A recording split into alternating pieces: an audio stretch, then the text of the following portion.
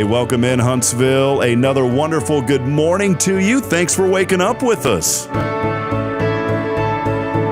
What do you love about Huntsville? What makes this a great place to be? Everyone here is very genuine and very kind and friendly. You never hesitate to speak up and say hello or good morning or just acknowledge the person walking by.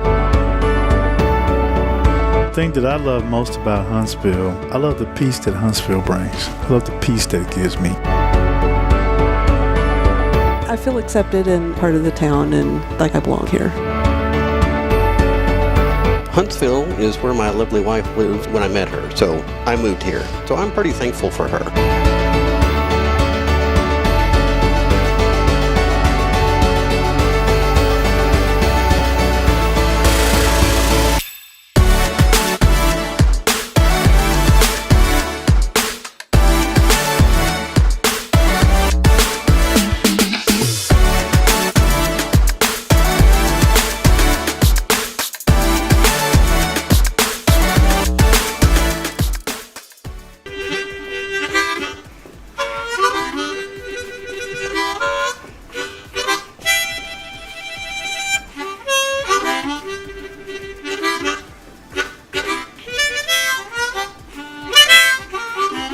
All right.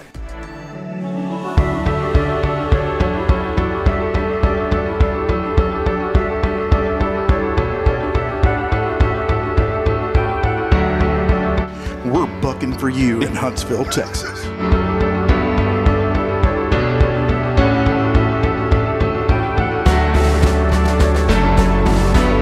Hello, I'm Billy Cobbin, the Sam Houston Memorial Funeral Home. Hey, it's Kay Boning with Tomorrow's Provost Montessori Schools.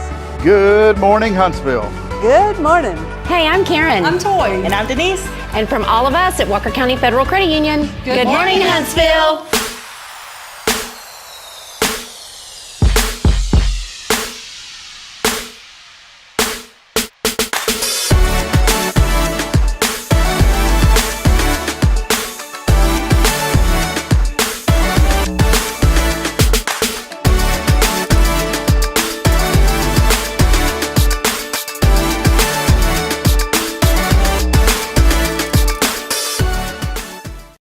Hey, yeah. There you go, Zay. Test. Hey, yeah. Hey, Mike. Did I ever tell you that's one of my pet peeves? Yeah. Did I really? Yeah, you told me. Well, I guess after 576 episodes, I've said about everything I can say. No. So we're gonna go to about 590, and then we're just gonna call it. We'll be wrapped up with everything. It's like back in the day. I said when you were now our chamber's awesome here. I want to say this disclosure: we have a great chamber. Jason Brandolini's the new president. Just think he's a standout guy. I've had a chance to break bread with him and had him here on the show and talk to him, and he's doing such great things in our community. He's very involved. But my old chamber where I grew up, there's always a season in every organization. And you know that as a pastor and any organization. It doesn't matter if you're a nonprofit, a church, a commercial business. There's always a season that you go through. We went through one in 2008 when the economy got pretty rough, and we were able to, thankfully, by the grace of the Lord, get through that season. But I'll never forget in our Georgetown chamber, it was like I was super involved, and then after 2 years, I was like, I feel like I've met everybody. And then and we called it fishing in the same pond. Oh, yeah. And so I took a 2-year break, and when I came back, I didn't know a single soul. And so it was kind of like a restart, a recycle. Yeah. But what I love about our chamber here is, yes, you're around a lot of the same people, but there's so many new people. And one other thing I love about it, Jason, is everybody just embrace it. Nobody feels left out at our chamber. And I think that's so important for any organization that you join, to recognize somebody who's new or to recognize somebody who maybe no one's sitting at their table, and go sit with them. And I've always felt included at this chamber, even long before I got involved. People would come up and talk, hey, are you new? And it didn't just happen once. It happened every meeting until I felt comfortable in new folks. And I think that's commendable. Well, I had the opportunity to serve on the board before I knew you. I was on the board there at the chamber, and it was a great experience getting to know a lot of people in different areas. But you're right. I think being around the same people, a lot of times you do end up creating that bubble. You know what I'm saying? Even in church work, the church ministry the longer you're in church, and you kind of just all your meetings, all the time that you gather is with the same people.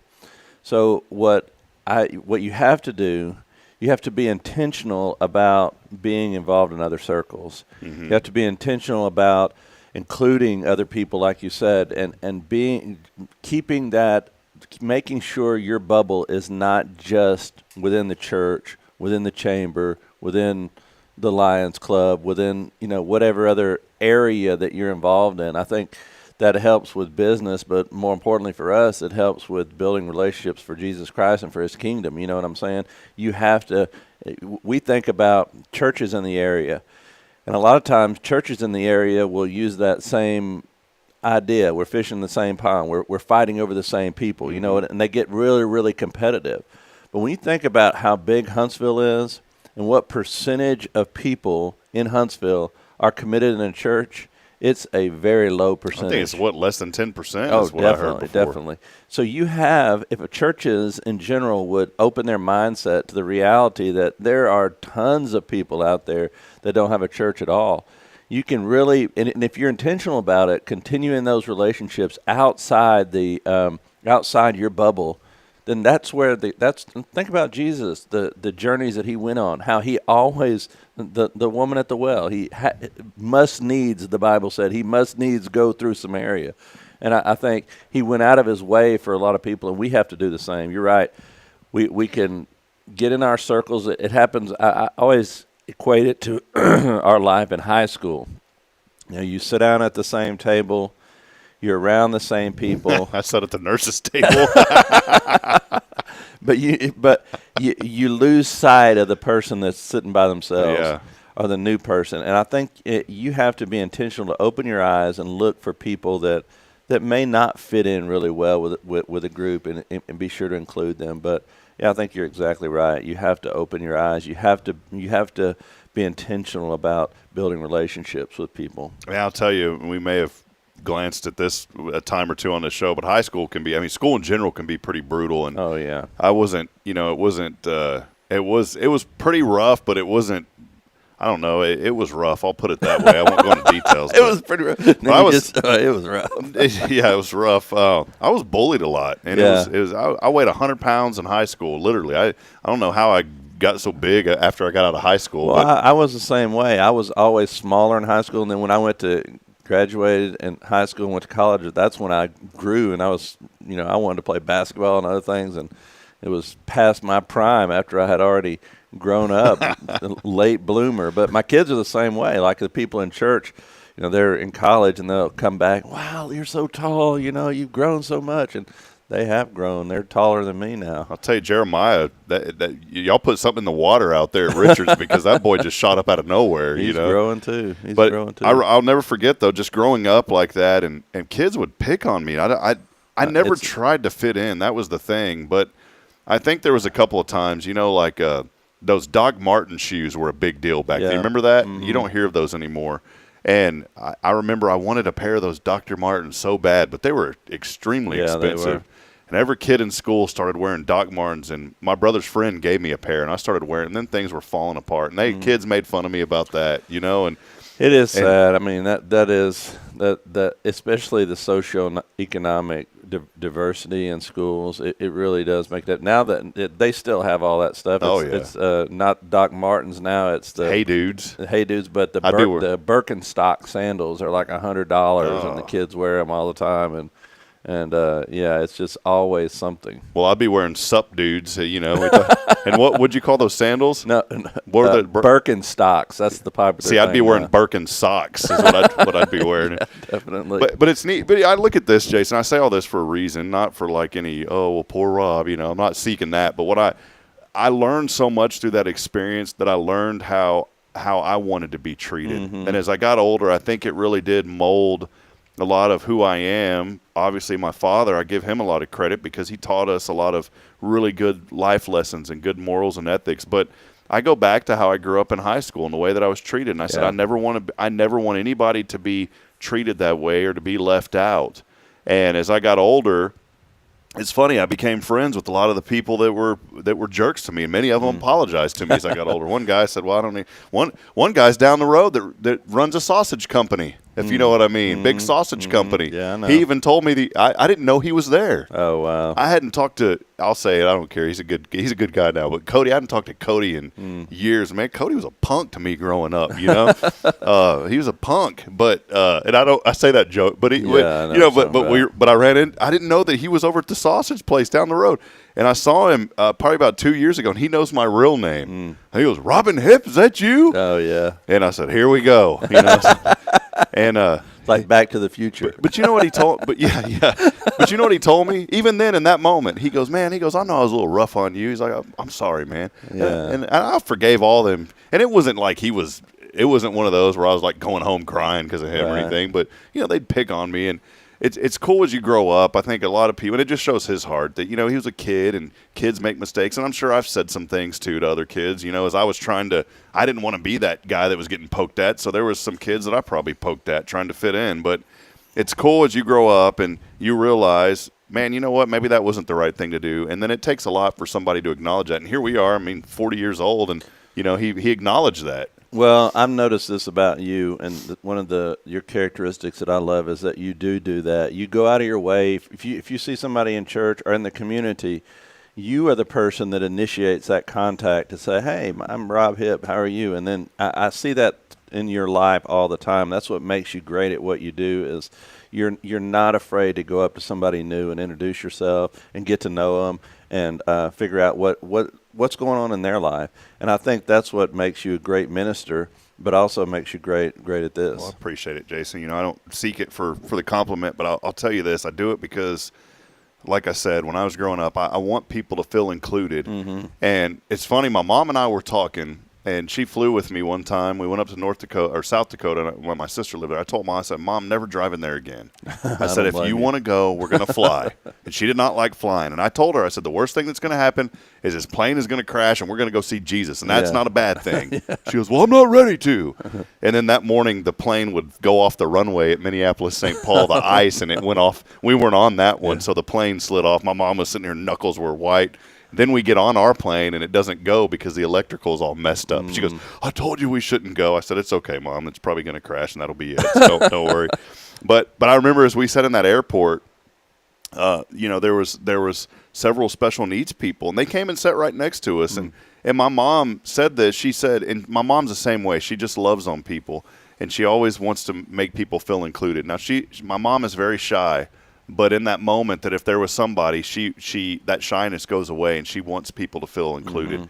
And I remember at that airport, there were several special needs people that came up, and they chose to sit next to us. And after they got up and left, my mom had talked to them, and my mom says, she goes, "For some reason, people that have needs like that are always drawn to me." And I remember telling her, I said, "Well, Mom, it's because they recognize the heart that you have." And that's just how she is. She was a nurse for so long, and my mom never drove. To this day, she doesn't drive, but she worked as a nurse. And you think about nursing and not driving, it made a fun, challenging situation growing up. Really. My dad taught me how to drive when I was little. So at 14 years old, I was sitting on a phone book, driving a stick shift truck. Yeah, that's good. Going to pick my mom up at work late at night, and my dad would put a hat on me. And a little bit of my dad's story, so there was a reason that I drove to go get Mom. And he would say, "Son, I better not go out tonight, so you go get your mother." And I'd put on his old baseball cap. So he said, "This makes you look older." And I could barely reach the pedals. But I was sitting on that phone book, man, trying to reach the pedals and drive this old truck, going to pick up Mom. But that's awesome. I said that about my mom, Jason, because because she didn't drive, she didn't leave for lunch. And so she developed this loving spirit to all of those residents, because many of them didn't even have family, that would come see them. And she would take her lunch breaks and go eat and sit down with different residents each day. And she did that for 30 years. That was her deal, Well, I just want to say, so to wrap this segment up, is Jesus says in the Word, "As you do unto the least of these, you do unto me." So I would encourage people today, this week, go out of your way and look for those type of people. Go look for the least of these. When you're in school, if those that are going to school this morning, 8 o'clock, you're late. But look for those people that are sitting by themselves. Look at those outcasts. Look for those people that don't fit in. People that fit in, it's easy for them to communicate and generate friends. But what about those that are on the fringes of society? Jesus went out of his way for those people, and we must open our eyes and have the eyes of Christ and say, as you do unto the least of these, you do unto him. So let's be intentional about building relationships outside of our bubbles. Yeah, that's good. That's our inspiration today. Good word, Jason. Thank you. Well, we're going to take a brief break. I do want to welcome all of you in here, episode 576, as we're rolling here on a Thankful Thursday. Big thank you to Elliot Herzig from Elliot's Jewelers. He's online at elliotsjewelers.com for all of your jewelry needs. We'll have an article coming up soon. Elliot and I had the privilege to go to Huntsville ISD last week and present a small token of appreciation, thanks to the community, to HISD Social Services, and we finally got all that. It was me, finally got all that wrapped up from Rays of Hope way back in June. And also, Elliot, very involved with CASA. We just put an article up on our website about the great work that he is doing through CASA as well. He doesn't do it for the recognition. He does it because, well, it's like you talked about. It's what we're called to do. And Elliot just loves serving this community and helping out nonprofits. So we appreciate him. And, of course, here on this Thankful Thursday, very big special thank you to Jason Bay and First Baptist Church here, Harbor of Hope, in our community. We're going to take a brief break. Our real estate expert joined us. She is the expert. Nobody knows real estate better in this community than our good friend Terry Coleman. And we've got another neighborhood highlight coming your way. We've been talking about neighborhoods over the last couple of weeks. Last week it was Elkins Lake. This week, well, what is it going to be? You'll have to find out. Stay tuned in. We'll step aside. We'll take a break. We'll be back in a moment. Stay with us. More to come. It's your show. This is Good Morning Huntsville, again, on a very Thankful Thursday. Stay with us, friends. Hey friends, Rob Hipp, Media and Community Outreach Minister here at First Baptist Church, Huntsville. Let me ask you, when's the last time you felt real hope? Maybe it's been a while since you've been to church, or maybe you've never felt connected to a church at all. Well, friends, that's okay. Here at First Baptist, we're a harbor of hope, and we welcome everyone just as they are. We have programs throughout the week for all ages to come together, ask questions, grow in faith, and find the hope that only Jesus Christ can bring. Whether you're looking for a fresh start or a community to call home, we'd love for you to join us. Come experience something real. For more information, visit fbchuntsville.org. First Baptist Church, Huntsville, a harbor of hope. In this harbor of hope, we are safe inside. This is Guardian Defense in Huntsville, Texas, a trusted, family-owned and operated gun store and range in the heart of East Texas. Guardian Defense is your one-stop destination for Texas LTC, NRA basic pistol and rifle courses, pistol refresher training, as well as a wide selection of quality firearms and ammunition. At Guardian Defense, empowerment is within reach through their Texas DPS-approved license to carry classes. Certified instructors will guide you through every facet of firearm safety, conflict resolution, and the pertinent legal aspects. Book now to become proficient and responsible in handling a firearm with complete confidence. For the eager learners, the fundamentals of pistol and rifle usage await discovery in their comprehensive 8-hour NRA basic courses. You're invited to connect with Guardian Defense on Facebook and Instagram, or give them a call at 936-293-0364. You can also visit them online at guardiandefensellc.com. Guardian Defense, your reliable partner in mastering firearm safety and acquiring quality firearms in the heart of Texas. The Oak Ridge Disciple House is a faith-based 501c3 nonprofit Christian character building ministry helping men 18 and older who are suffering from drug and alcohol addictions. If you or someone you know needs help, there is light at the end of the tunnel, and that light can be found through the Oak Ridge Disciple House. For more information, visit oakridgedisciplehouse.com. Hey friends, Rob Hipp, Media and Community Outreach Minister here at First Baptist Church, Huntsville. Let me ask you, when's the last time you felt real hope? Maybe it's been a while since you've been to church, or maybe you've never felt connected to a church at all. Well, friends, that's okay. Here at First Baptist, we're a harbor of hope, and we welcome everyone just as they are. We have programs throughout the week for all ages to come together, ask questions, grow in faith, and find the hope that only Jesus Christ can bring. Whether you're looking for a fresh start or a community to call home, we'd love for you to join us. Come experience something real. For more information, visit fbchuntsville.org. First Baptist Church, Huntsville, a harbor of hope. In this harbor of hope, we are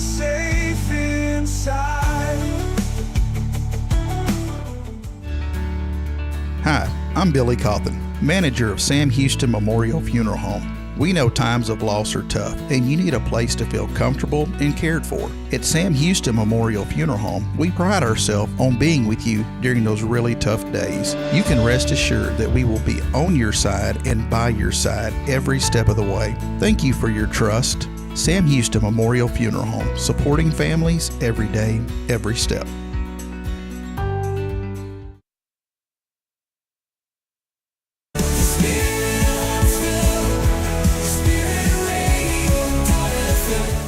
This is KHSP LP, Huntsville, Texas, the spirit of Huntsville.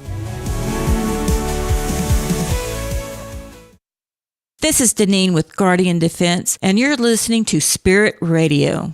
Support for SpiritRadio.fm comes from loyal listeners just like you. Want to help spread the good news across Huntsville and beyond? Underwriting opportunities are available for loyal listeners, businesses, and nonprofits. Visit SpiritRadio.fm and tap Donate today.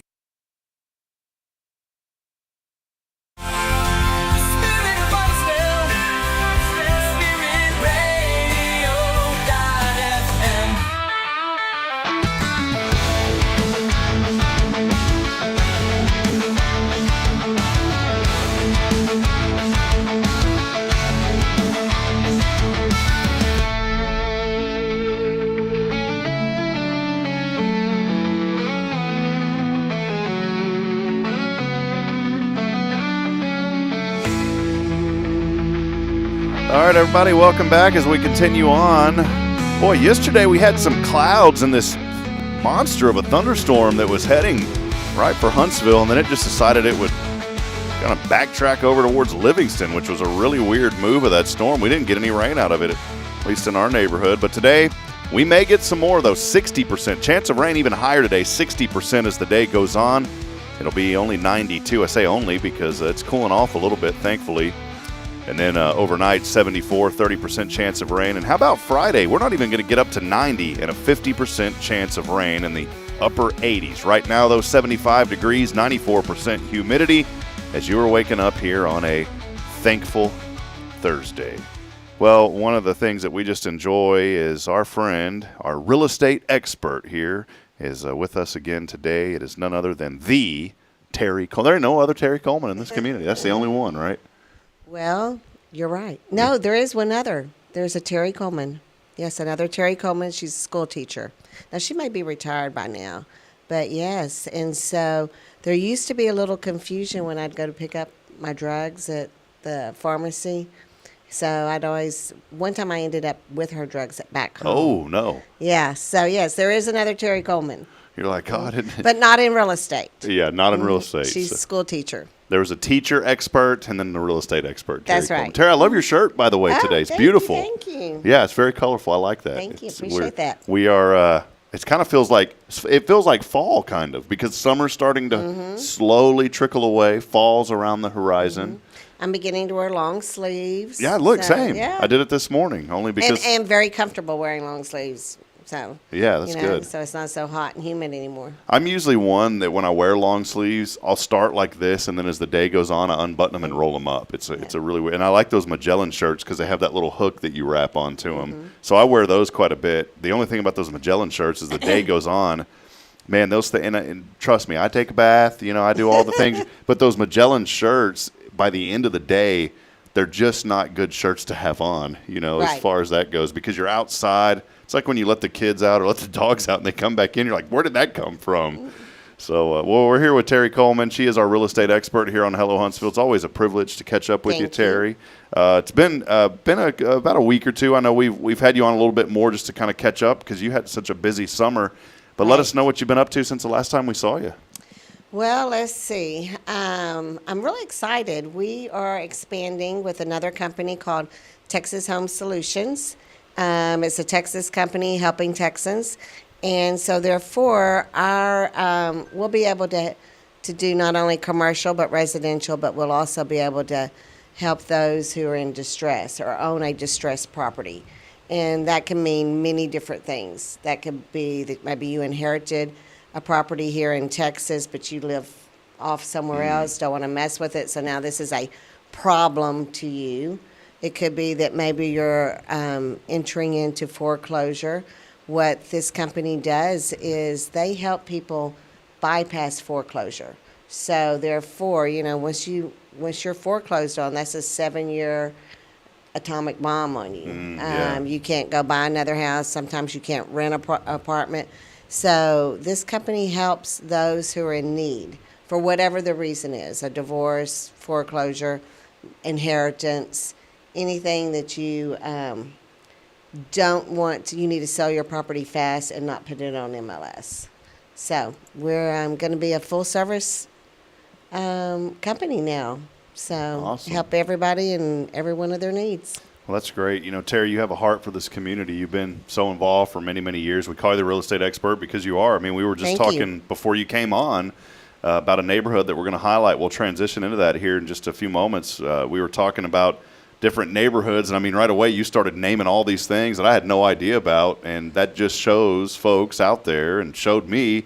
I already knew you were the expert, but I mean, you really do know these communities. Talk about today, we're going to highlight another great property that's here in Huntsville, and it's kind of, I wouldn't say it's hidden because it's a beautiful property, but it's right, I mean, it's right off 45 if you think about it. It's a beautiful place here in Huntsville. So, are you referring to my property at Elkins Lake, or are you referring to Forest Hills? No, Forest Hills, Okay. yeah. So our subdivision. Both of them are kind of cool, Okay. yeah. So our subdivision today is Forest Hills. This is a subdivision that is not a big subdivision, but it's not a small subdivision. It's made up of probably 10 streets. It's located right off of Normal Park or next to Wiesner's, where Eastham Road is, and Cross Timbers, and then back. And like I said, it's about 7 to 8 streets. Beautiful properties, beautiful homes.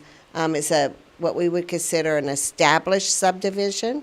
The homes out there are from the 1970s, early 70s to 2000.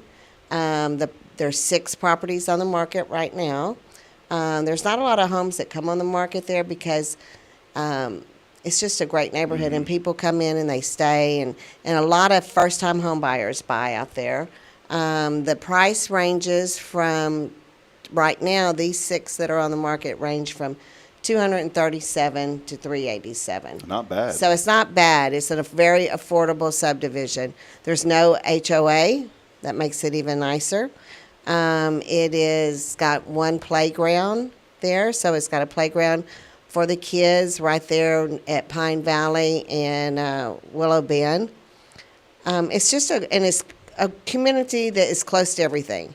You're close to Sam Houston, you're close to Normal Park, which takes you anywhere and everywhere, to 11th Street. So it's just a community that's close to everything. Another community that you would maybe compare it to would be the Avenues, because the Avenues is a stable, solid community. But now those properties in the Avenues are going to be older.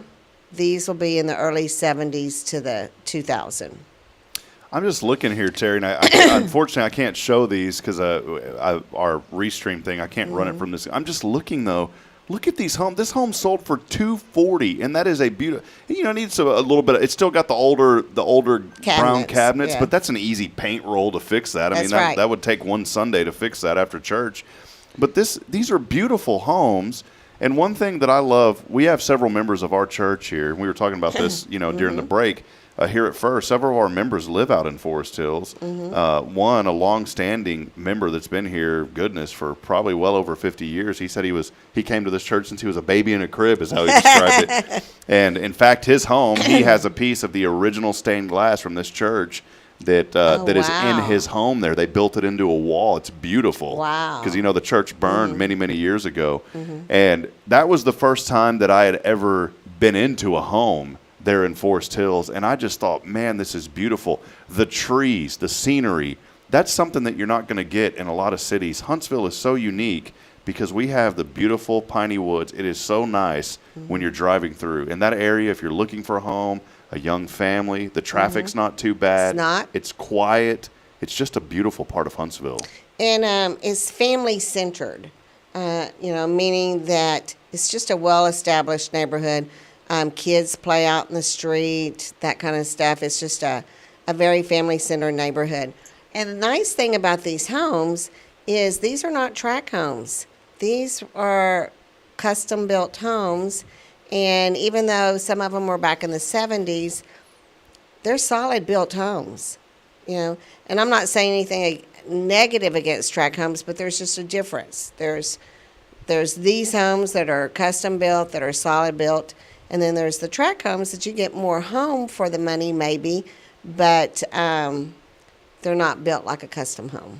I think a lot of when you go into a lot of neighborhoods and you see homes in a lot of developed neighborhoods, they all look the same. Mm-hmm. You know, I was talking with you earlier about Kay Hovnanian Homes, who's building here, and they're a home builder like that, but the homes look unique, and it's really neat to see that in a neighborhood. And that's what's great, about them. And I look at these homes. I'm looking at the ones that have sold, and Terry, I'm thinking I need to get with you and put my house in Elkins on the market. My wife won't like this probably, but I need to put that house in Elkins on the market and say Sayonara and head over here to Fort. These are nice homes. They're nice homes. And I've always wanted a house that just has a really nice front porch. And it's a small, look at what we this. consider a small neighborhood, so it will be easy to get to know everyone in the neighborhood. Look, these homes have sold for under $300,000, and I know, you know, if you go back 20 years, your jaw would $300,000 for that's cheap now. Oh, yes, it is. And I'm sitting here looking. Look at this, Terry. Mm-hmm. You know, the median home price here in Huntsville is about $230,000. That's the median. Now, of course, you can get them less, you can get them more, but you know, the average price here in Huntsville is about $230,000. One thing about Forest Hills, too, you're the expert at this, but just from me on the outside looking in, anywhere in Huntsville, it's so easy to get to. But right there, I mean, you're located within, I would even estimate within 5 minutes of everything. It is so quick to get around once you're already in that area. Mm-hmm. Again, the traffic is, there's some vehicles, but it's not that terrible. And then they just built the new Smileys over there right off of, what is that, 75? Mm-hmm. And that's easy to get over. You just hop across the street. You're right there if you need to fill up a tank of gas or just get a convenient item and go back home. Mm-hmm. But then if you need to run to HEB, you just take a ride. And literally, I guarantee you can get there in 5 minutes. Or if you want to go to Ironworks or, you know, that's, you know, I live in New Waverly, but my life is here in Huntsville. And so, yes, in fact, I used to live in Forest Hills. That was the first house. In fact, I'll tell you, it's 204 Normal Park. It's the first house Max and I ever bought with a 14% interest rate. Wow. I remember you telling me about how those interest rates. 14% interest rate. And did y'all feel like, man, we got a deal, right? Yes, we did. Yeah, because everything else was at 16 and 18. And, boy, we got a deal. I had a friend of mine, Russell Barnett, help me. He does a great job with mortgages. Yes, he does. And he told me, he goes, well, Rob, he goes, here's what you need to do. And he said, you're not going to be able to get anything for the next 6 months unless you do what I tell you to do. And he said, I'm not a financial planner or any of that, so don't, you know, I'm just telling you my opinion. Here's what you need to do. And I took his advice and I did what he told me. And guess what? In 6 months, I was able to secure the loan that I needed. And he worked through some hoops, but we got it done. And Russell's great. I send a lot of my clients to Russell. Yeah, he does, and he cares about what he does, and he's just a genuinely good dude. You know, it's always, I don't know any other way to say it, just genuine good dude. But he called me. He goes, well, he's kind of nervous. He goes, well, I got some news for you, man. I said, what's that? And he goes, well, I could only get your interest at 3 1/4. And did I ever tell you that story? Yes. Yeah, and I was sitting there laughing. I said, dude, don't even worry about it. My interest rate in Georgetown was 6 1/4. I thought it was going to be like 8 or 9. I was, you know, when he told me that, he's like, oh, I got some news. I was like, oh, here we go. And ended up being 3 1/4. And I said, man, sign, seal, and deliver that bad boy. And that's a 30-year fixed. Mm-hmm. I did want to mention something, Terry, that I know you're not on the mortgage side of the business, but you understand a lot of it, obviously, being in the real estate market now for many decades. You know this area better than anyone as our expert. I would say this, be careful, and correct me if I'm wrong, or you can agree with me. Okay. So this is my opinion, but you can agree to agree or agree to disagree or disagree completely. Okay. Well, now I can't wait to hear what it is. Yeah, see, I'm putting you on the spot. I know several people that, you know, they told me, man, I got this great rate. And they told me the rate. I said, yeah, that's great. And he goes, yeah, but then after 10 years, it only goes up to this. And I've never been a fan of those rates that fluctuate because you really don't know what's going on, right? Mm-hmm. I mean, is that a positive thing or a negative thing? Because I don't know a whole lot about it. What do they call those, variables? Variables.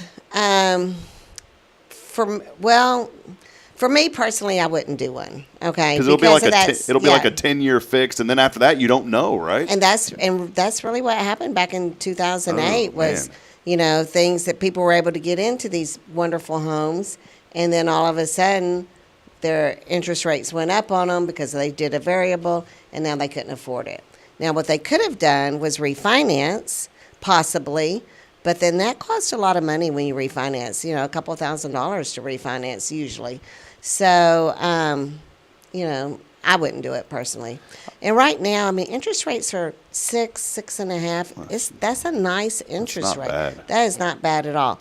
And I'll tell you what now, I've gone to a lot of seminars. I've done a lot of studying. And the experts are saying that we're going to get a rate cut in September. Nice. Some are predicting as much as 0.25%. When they talk about the Fed, I think of this guy in like this leery room with this big switch, and he just it's a yoke on an aircraft, not a yoke, but a throttle on an aircraft or whatever you call it, right? And he has a long beard. Yeah, he has a long beard, big hat. Has a little glass over here on the side, and he's like, well, today I kind of feel like ramping it up a little bit, and I just think of him in there with this stick. He's just pushing it up a little bit. That's not how it works, though. That's not how it works. But yes, it's kind of this ugly, scary guy.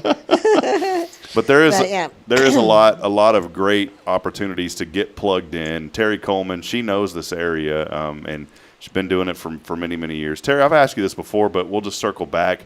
What have you enjoyed in this journey? It's been over 3 decades now. I don't know how because you're only 32. That's right. But what has the journey been like for you? The journey's been great. It has allowed me to do a lot of things that I may not have been able to do, like raise my kids, kind of be a halfway stay-at-home mom. So it's allowed me to have that flexibility to be the schoolroom mother when I wanted to be the schoolroom mother. So, and then it's allowed me to help other families achieve their goals and their dreams of having a home. I think I've told this story before where there was a family coming in. In fact, it was the very first home I sold, and there was a family coming in from California with a special needs child, and all this was happening in the month of December. And so while she was at closing, Max and I went to the house and decorated a Christmas tree. Yeah, that's beautiful. And had presents. So I've gotten to do a lot of things like that. And so what Terry is telling you is if you want to sell your home, wait till December and I'll do your Christmas tree. And just leave the house for a little bit. That is one. And you know what's so neat about that? That was the first home for you. And just think about and that. What a memory. And Jason and I were just talking about the acts of kindness and just thinking about folks who need somebody to think about them. And that, I believe, that act alone right there has propelled your career because you cared about them in that situation, not just to sell a home, right? Right. And there's some people out there that's all they're in it for, and that's okay. I mean, that's the job. But I think what it takes in the real estate market is somebody that's going to say, you know what, I'm going to go deeper. I'm going to build a relationship with people because I believe, and you believe this too, it's a life-lasting relationship. It is. And I can say probably one of the best compliments I ever received in my real estate industry was I had a family that I sold a home to, and then afterwards, I don't know, maybe a month later, we took them out to dinner and stuff. And then her comment was, she said, I have to tell you something. She said, you're the only realtor that I've met that has also become a friend. Wow. She said, because a lot of realtors, like what you just said, they make you feel like you're going to be their friend, and then as soon as the house is sold, they're gone. And she said, you know, I was new into this town. I didn't know anyone, and I've met more people just through you introducing me to people, and I feel like you're a friend. I call it I just coined the term. It's called a transactional friendship. Great. During the transaction, and after that, it's gone. Yours is a genuine friendship. Mm-hmm. You know, I was, as you were talking, I was thinking about this. There's a lady in Georgetown, Annette Montgomery, who had always helped me, and she was so wonderful. There was a lady before her named, boy, my mind just went blank. She's the one that sold me the house. But her and Annette both were so good to me, and they remind me a lot of you. Boy, that lady is going to get so mad at me for forgetting her name, but it just went, boy, she's really going to be upset. I cannot remember her name. Before the show's over, you'll remember her name and you'll definitely speak will. it. But what I was thinking is, this is what I was getting at. You know, for 10 years, she sent me a thank you card. Every year on the anniversary of that house when I bought that house, she sent me a thank you card every single year. And then for the first 2 years, there was a gift basket on the front porch. And I said, you know, that was really neat that she did that. And Annette helped me when I sold the house, and then also helped my mother. And there was several things that my mom was going through when we sold my grandmother's home, and Annette would drive over there. And I thought a lot about you because I know those are the things that you do. You go above and beyond. And you're all about making the relationships last. And that's what it's about because, you know, you're selling a home and you may not sell a home again for that same person for another 10, 20, 30 years. But you know what? 30 years down the road, you're still in business. You're the expert. Now you're the super expert because you've done so many of them. They're going to think, well, I wonder if Terry's still in business. Well, she is. Look at that. And somehow she's 30 years younger than when she started. That's right. You know? That's right. She uses that, gets rid of that gray. Well, Terry, one other thing you brought for us, we forgot to do this. Yeah. Josh will have to pop the camera on you on this one, all right? This is our super segment here. So, if you need to borrow a cup of sugar or you just have some real estate questions, I'm your real estate expert. Give me a call. There you go. The cup of sugar is here. The cup of sugar, and it is. And it's real sugar. And it is legitimate sugar, all right? I remember one day. Yeah, I got busted one time. One day she brought in a flower. Well, before we go, one other thing. Is there anything else related to any of that you wanted to mention? Excuse me. I've got a bug in my throat. No, just really, if you have any kind of need, please give us a call. And like I said, I'm real excited about going in with Texas Home Solutions because they're really going to be able to help those who are in need that can't afford to go through regular real estate and sell their home. If they need to, for whatever reason, medical reasons, whatever your reasons are, this is a great company that's going to be able to help you that we're partnering with. And Terry, what's that number? 936-581-4434. 4434. We'll put it up right there. Just pop it up on the screen. And so it is Terry Coleman, our real estate expert, 936-581-4434. That's right. Did I get that right? You got it. Perfect. And then finally, one of my favorite parts of your segment, it is time for the jewelry shine. Jewelry. The jewelry. What do we have going today, Terry? Okay, well, what I have, I've had this on before, but it's a necklace, and the stone is a natural stone, and it's fuchsianite, which comes from Brazil. You can find some mines in Russia, but it's a natural stone. Oh, cool. And what it actually has in it is what they call muscite. Can I see that again real quick? I'm not quite sure what it is, but it's crushed. Has crushed rubies in it. Yeah, look at that. That is. We'll hold that one up there. We're going to start a jewelry show here. That's right. Yeah, that's beautiful, Terry. And so if any of you guys would like for me to demonstrate your jewelry, just send me some jewelry. Yeah, just send it to her. I'm kind of recycling back because I know I've done this. I don't remember that one though. It was back when you were in a different location. Okay. So. And where did that one come from? We were actually visiting some friends in Arizona, and they took us. I wish I could remember the name of the town, but they took us to this little town that had donkeys running through it. I don't know what that town's name is, but it was a little western town. Like everything was back in the day. There was really no one living there much anymore, but it had become kind of a tourist. And I bought it at one of the shops. It just kind of caught my eye, and I was like, oh, I think I need to have that. Yeah, beautiful. Thank you. Well, that's what you get. You get the dose of real estate, and then you get the jewelry here when you're on. And you get the sugar. And you get the sugar. So, well, it's Terry Coleman again. When you're thinking of real estate, think of Terry Coleman first. She's doing such a great job and has been for many decades here in Walker County, and she's also serving areas outside of this area as well. Can I say one more thing? Yes, ma'am, please. So here in Huntsville, there's the Safe House. And, I've been on the board at the Safe House for the last 3 years. And I'm stepping down from being on the board of that organization. So we are needing other board members. There's a couple of spots available. If you have a desire to help this organization, help those women in need, please apply to be on the board. Of Safe House. It's a great, we support Safe House during our Rays of Hope every year, and yes, and just love the work that they're doing over there. Tracy's done a phenomenal job as the director.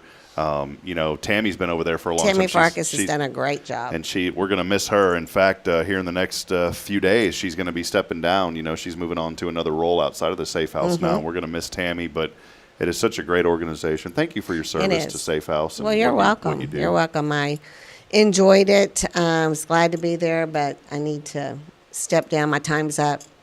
3.5 years, your time's up. And it goes like this, right? Yes, it does. It's like we were just talking to Jace. It's been 10 years here for him, and it just seems like it was yesterday, and whenever these times pass. So, well, Terry, thank you so much. Always a privilege to have you here. Well, thank you. And tell your wonderful husband hello. We think the world of Max. He's a great man, and and I know y'all probably got some more touring going on eventually, right? What do y'all got next on the vacation package? Well, I would like to go to Lake Tahoe. Okay. You been before? I have many years ago. And so we were just talking about, what we'd want to do for Christmas or whatever. So Lake Tahoe or Murphy, North Carolina.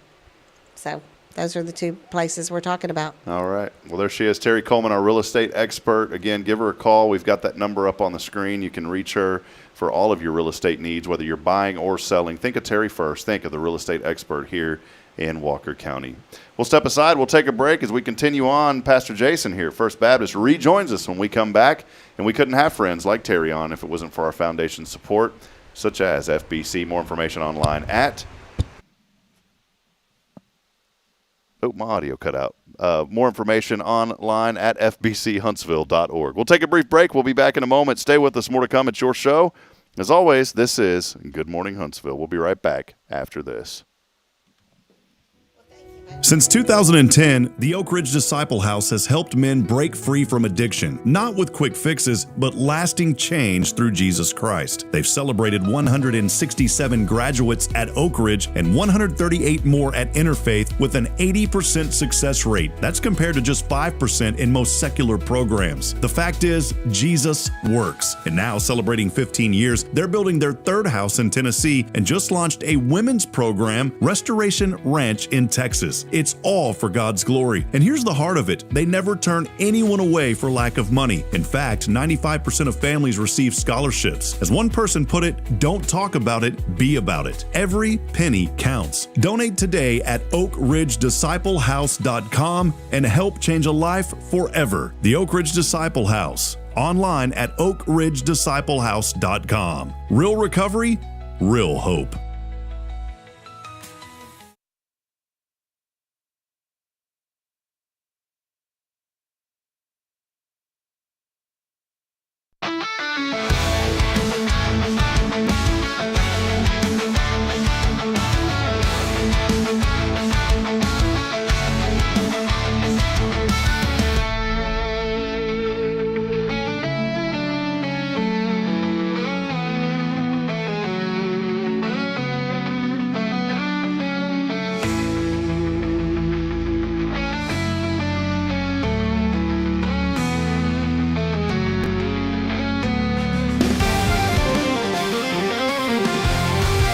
Well, we're taking you on a journey this morning from real estate to the best in state. It's news you can use from Studio 1229J. Here's Jason Bay. All right. Did you like that? From the real estate to the, what did I say? To the entire, I don't even know what that means. I don't know. That was great, though, Rob, as always. The live intros. We need to put that on a recording so that each time you can just hit a button and you can save your voice. I'm going to AI James Earl Jones's voice and just, or Sean Connery would be better. And now it's Jason Bay. I am the last one.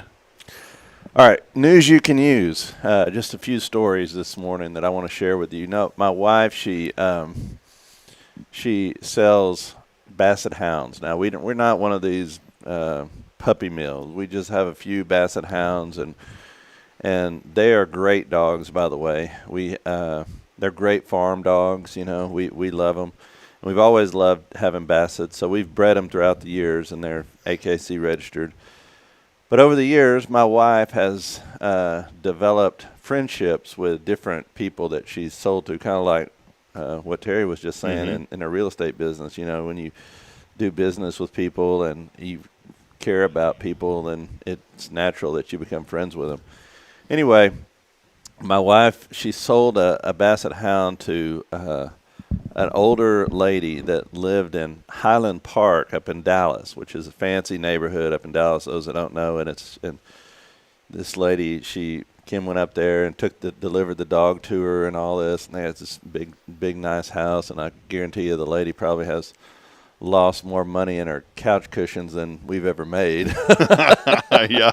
But anyway, Kim, she was so sweet to Kim, and so Kim checks on her from time to time over the years. She's had dogs for a few years now, and she's still checked up on her. So Kim was checking up on her the other day, and they have a house on Cape Cod, and they go to Cape Cod during the summers.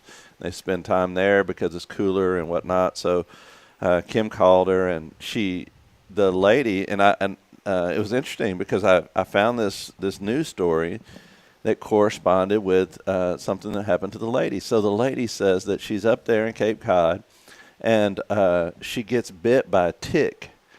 And the tick had Lyme disease, and now she's fighting Lyme disease. But this article came out, it says, we no longer can eat burgers or ice cream, all because of a tick bite.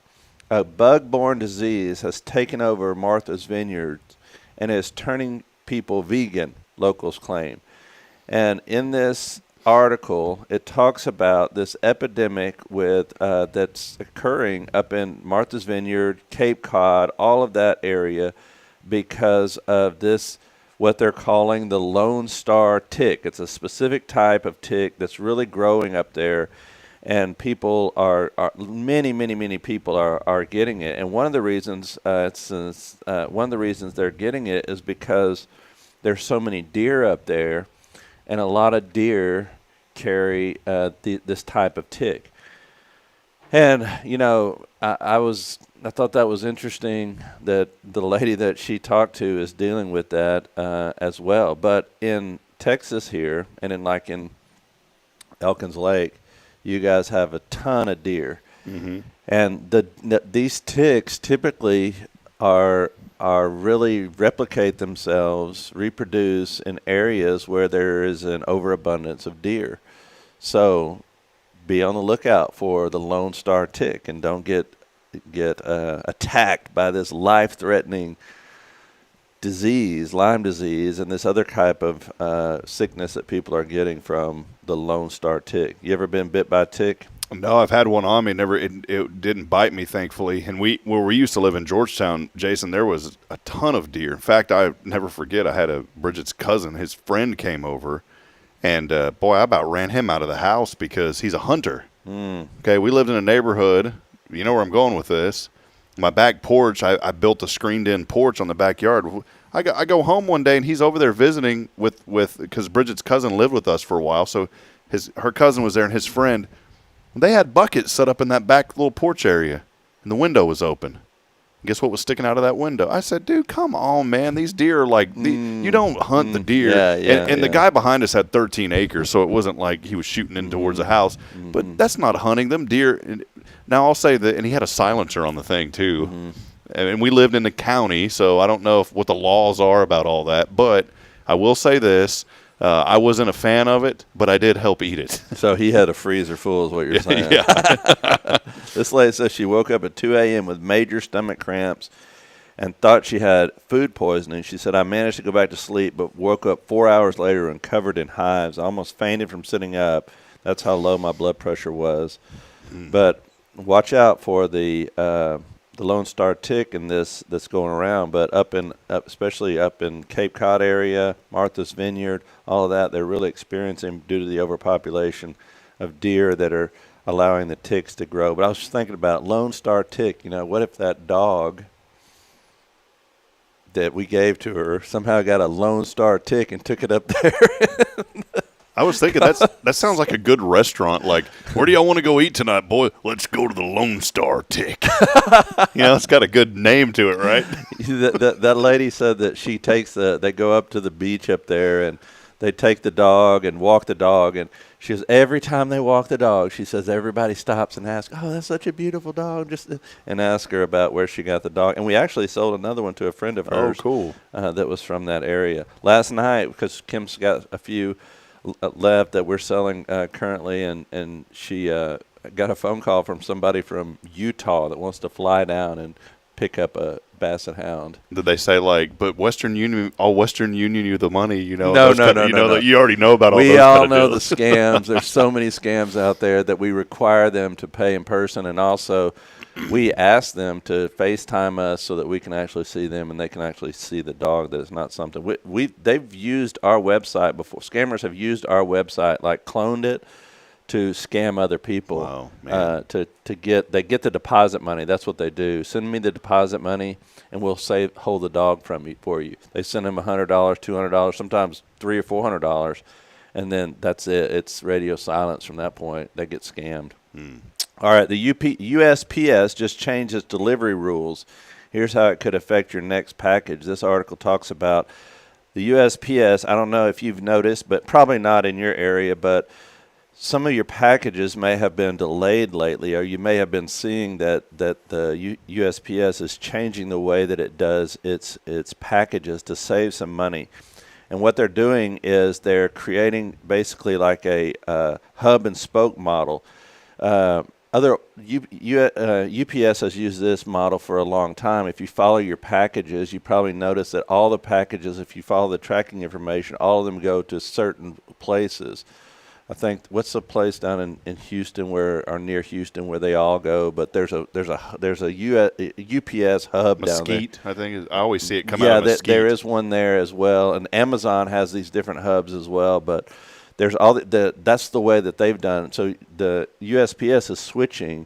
They used to follow the zip codes, but now they're switching to a hub and spoke model, which will probably affect the delivery service, especially to rural areas. So if you're not in the city limits, you could see this affecting the way that your packages, not necessarily your mail, but your packages are delivered.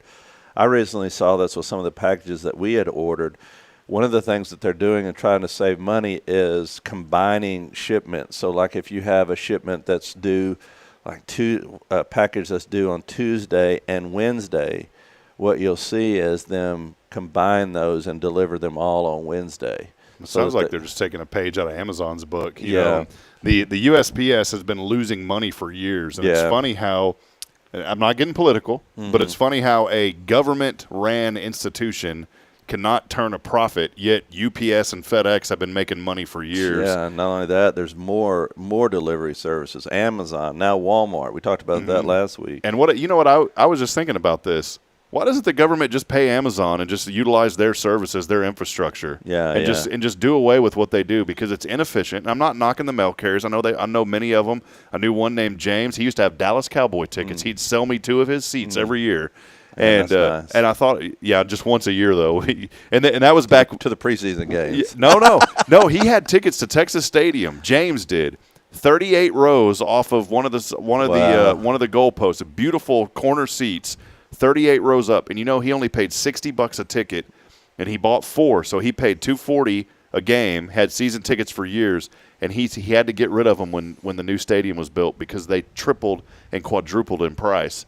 But I mentioned the mail because just pay Amazon to take care of the mail, and we wouldn't have any problems anymore. Yeah, no kidding. But especially in those rural areas, and Amazon comes out to those, don't they? Yeah, they do, and we don't really have a problem. You can still do, like we live at the end of the county line towards the west side of the county. And actually we live in Montgomery County, but you can, right across the road is Walker County, and right across the road on the other side is Grimes County. So we live at the point of Montgomery County, Walker County, and Grimes County, all right there. Do they deliver at y'all's fence, or do they actually drive up the driveway and deliver to the house? It depends on what it is. If it's a small package, I have a little parcels box that they put it in, and they love that. But then if it's a bigger package, they'll actually drive all the way down to the house. And they've always been so sweet. The the UPS driver carries little dog treats with it, so whenever they drive up, the dogs are all wagging their tails and run out there. It's a great strategy. I must give it to them. Instead of trying to fight the dogs, they try to love the dogs, and it is a great way of doing it. Anyway, moving on. Wall Street Journal has an ad. Six Flags is having a seriously scary summer. The theme park chain is grappling with declining attendance, bad weather, broken rides, and construction delays. Plus, its hot new ride is going viral for all the wrong reasons. And I don't know if you've heard about this, but Six Flags is closing a lot of its outside parks and trying to consolidate money and to keep the major theme parks afloat. They've really experienced a lot of decline over the past few years. Even after COVID, they've really seen a drop off. But the viral thing that they've experienced is one of their rides broke down several times, and 32 people were stuck on a ride at Six Flags America in Maryland, and they ended up having to they were stuck on the ride for so long that they ended up having to take many of these people to the emergency room to the hospital because of them being upside down, stuck on the ride for so long. Now, how would you like to do that? No, I don't like those rides to begin with. And you know about these theme parks, Jason? They've done it to themselves because they started allowing this Flash Pass mess. Yeah. And then it's now you got to be some VIP if you want to even enjoy the park. Mm-hmm. And here's the deal. Bridget and I, when we went years and years ago, her little sister, who's getting married this weekend, will be at the wedding. We took her when she was a junior in high school, and because she had never been to a theme park. And we realized right away we're not even going to get to ride one ride. And back then we didn't have a whole lot of responsibilities. We didn't have children, certainly. And so it was easy for us to go purchase that Flash Pass upgrade. That's the only way you could enjoy the park. And I'm telling you what, my situation is unique because I have so many children, but everything there is so overpriced. I feel like if they would reduce the prices of the drinks and the food, like that, the kids over the summer they went to Universal Studios with the youth group to Universal Studios out in Florida because they were going to a conference out there, and the water was it was cheaper to buy a soda than it was to get a bottle of water, and you couldn't find like water fountains anywhere around the park. And they did that in Dallas, and at the one in Dallas, Six Flags, that we went there a couple of summers ago, and it was so hot, and you literally couldn't find any water because they're trying to push you to the places to buy $6 Coke. You know what I'm saying? And everything, it seems like they're just trying to squeeze as much money out of people as possible. It's almost like they're declining attendance, and so in order to combat that, they raise the prices of everything else, and that just causes the attendance to go down even more. It's a terrible strategy. I think they need to rethink their ways of how they're trying to generate more income. As a child, I would get excited about the thought of going to a theme park, and as I got older and realized the number of people, I'm not being negative, but it's just a miserable time. Yeah, it's just miserable going to those parks now. I used to love going to them when I was younger. I couldn't wait to go. Remember, I don't know if you ever had the chance to go to Astroworld in Houston. That was a big deal. When I was a kid, we would go down to Astroworld, and they closed that one, and then we would go to Six Flags in Dallas. But yeah, now I've gone and it's kind of lost its luster. I don't like riding the rides, and my kids don't really like riding them that much either, so it's kind of a waste. But we used to take the youth here every summer to take them up there after Vacation Bible School. It's kind of a reward for helping out in Vacation Bible School. We'd take them up there for the day. But even then, even our youth have gotten to the point where they're like, maybe we should go somewhere else. So now let's just play Minecraft or Fortnite, call it a day. That'd be great. That's cheaper. Yeah. Next article from the Wall Street Journal. There's a new drug on the streets. It's stronger than fentanyl, and it's a drug you've never heard of, and it's killing hundreds every year.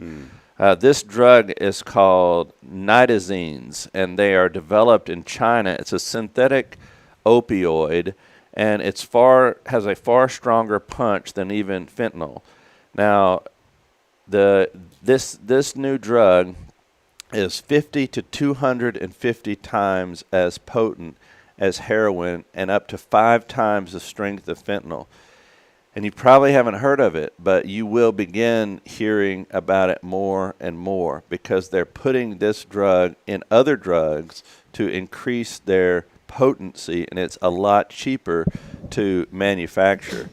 So nitazines have been found in party drugs like cocaine, ketamine, and ecstasy, but one dose of this are killing people. So be aware of nitazines that are coming to all over in America and other places. It's a pretty scary thing when you think about the way that drugs are being consumed, and I have a chart here. I know we can't put this online this quickly, but 0.4 milligrams of this nitazine is equivalent to 200 milligrams of morphine. Goodness gracious. Mm-hmm. You think like growing up, and you don't even hear about DARE anymore. Remember that drug abuse resistance education, that program? Everybody used to wear a DARE shirt, and I very rarely see that anymore, even hear about it. That used to be, DARE campaigns were all over the place. And I wonder, I started thinking about this, Jason, as you were talking about that. I wonder if the lack of the public awareness of how dangerous a lot of these drugs are through programs like that. DARE was everywhere. And I remember growing up, I never wanted to touch drugs because of DARE. I remember that. Well, obviously my parents, but DARE, I remember seeing it everywhere I went on billboards. I'd hear about it on the radio. And in the past 20 years, I've maybe seen one DARE shirt now. I think the education is the key to let our children know that, and they've done a campaign on fentanyl. You've probably seen the One Pill Can Kill campaign that they're pushed towards, especially towards children, because you go to a party or you go to something and someone offers you a pill or to take, and one of those pills can kill you, and it can cause tremendous damage, if not kill you, cause tremendous damage to you mentally and physically, and it's just a matter of educating the public. But this drug is actually manufactured in laboratories in China and pushed out through the world.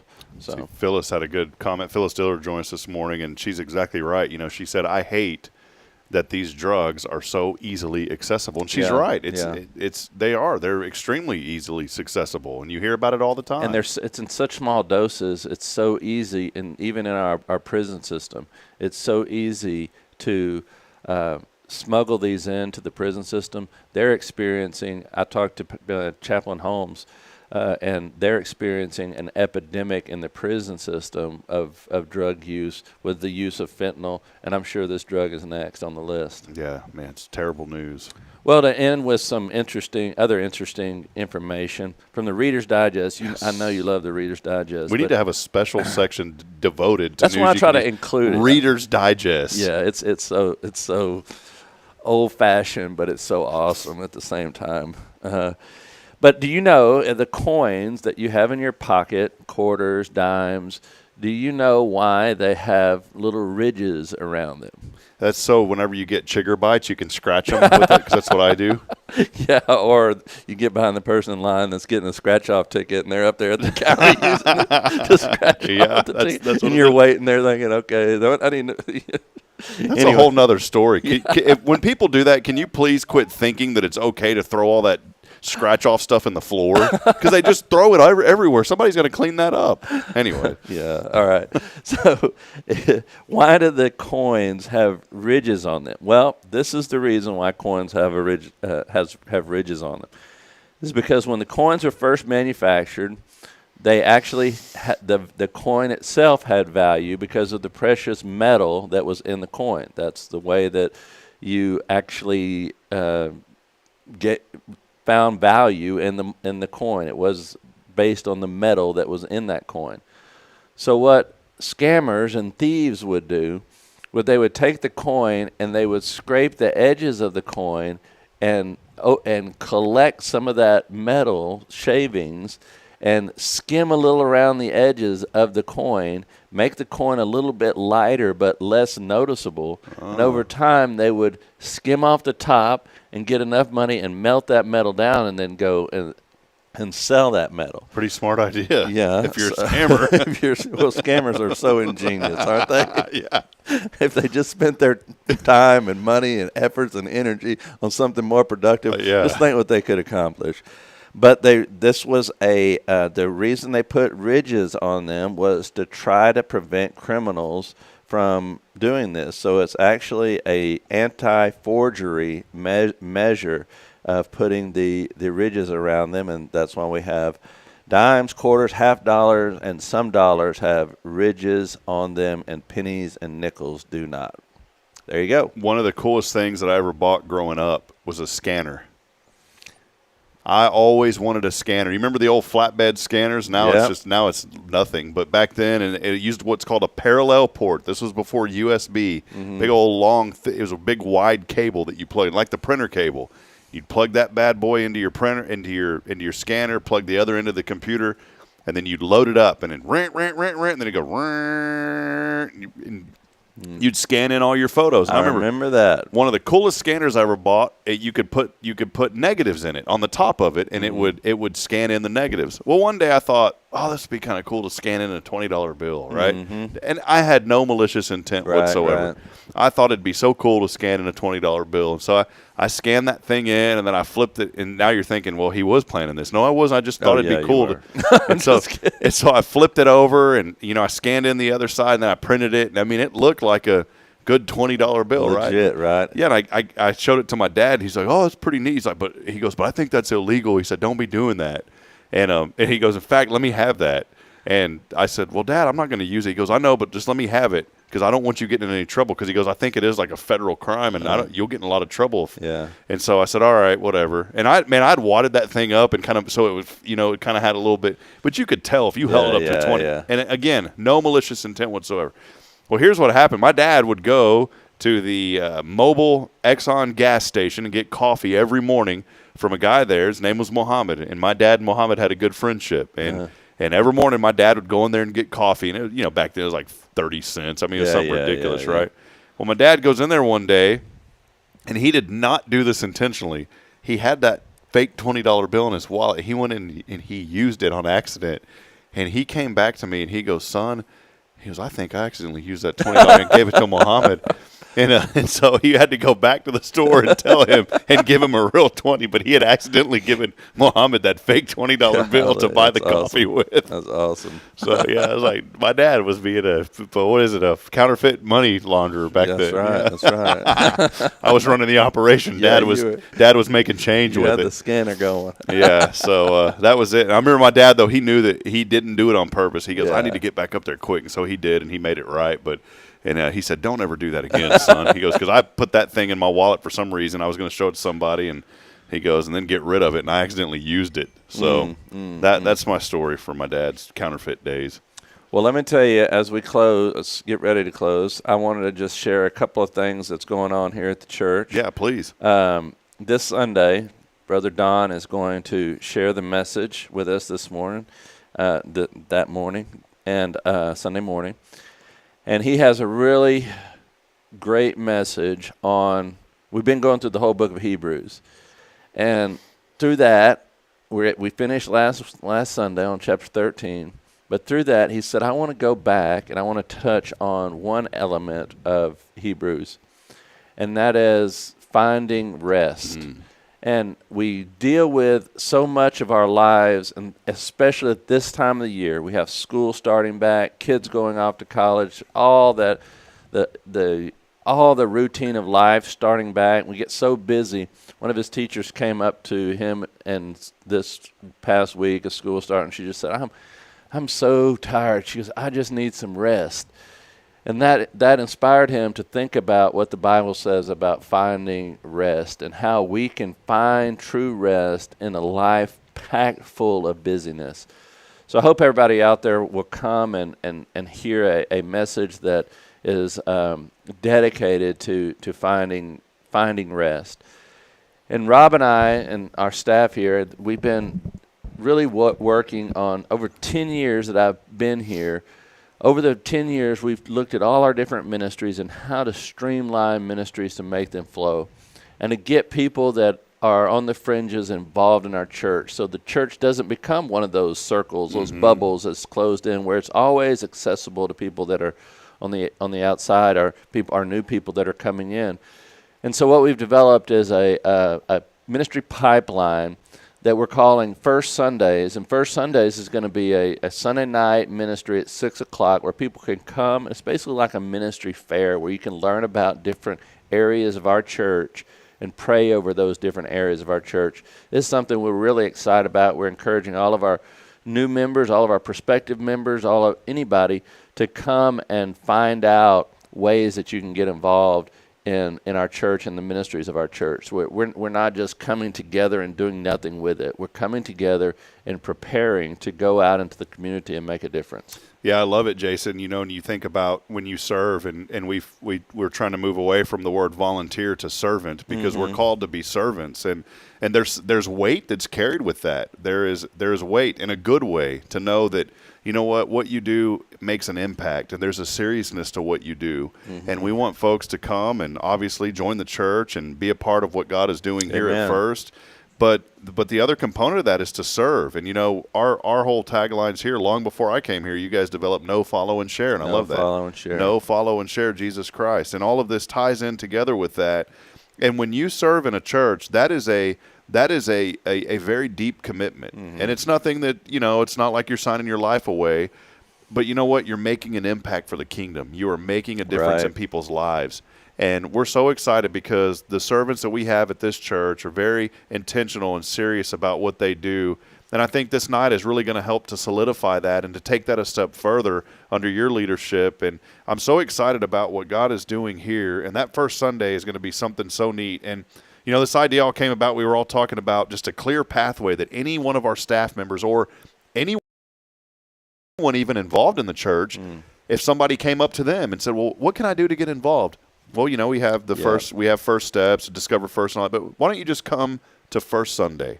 6 o'clock. Come Sunday sit at my table. It's so easy to invite somebody. It is, and I'm really excited about it. Like I said, it's taken 10 years to develop something that was simple enough to where we could all memorize it, and it just flows off of our thought about the ministry pathway, about how to get involved, how to plug in, how to learn more about connecting in Sunday school. But all of these things collaborate in developing disciples for Christ.